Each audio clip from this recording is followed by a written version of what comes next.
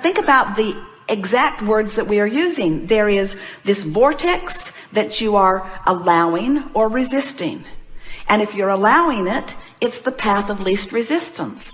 So the path of least resistance is whatever it takes not to confront, you see. That's what we really mean that when we say bring back the fist. Now, there are a lot of people even in this room that say, but come on, don't we need to stand up for ourselves? Won't we be a doormat? And we want you to understand that if you're all outside the vortex and inside the vortex is off the table of discussion and you want to win, then you better get big and strong and you better be able to beat them all up.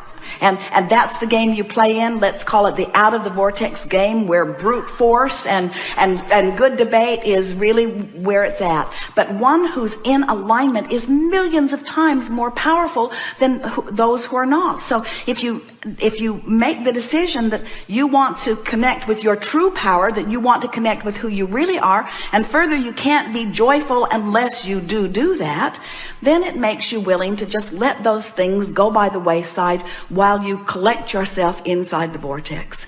There are so many people who will convince you that you owe them an explanation. You owe them an explanation. But they don't just mean that. They mean you owe me the explanation that I want to hear. That's what and I'm not going to let you go until you say what I want to hear from you. And so what are your options? In other words, do you want to deny who you are?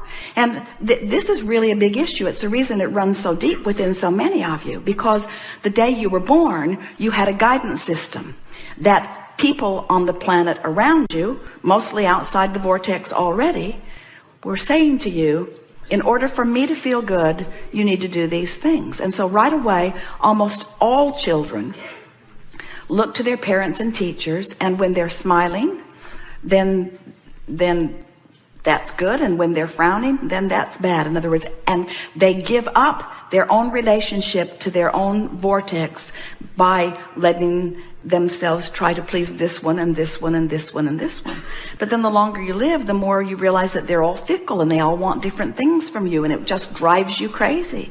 In other words, the longer you live, the more you realize that something is missing if you're not in alignment with who you are. So we're just suggesting in as strong a way as we can that when you finally get it, that you're not going to feel good unless you're in alignment with who you are.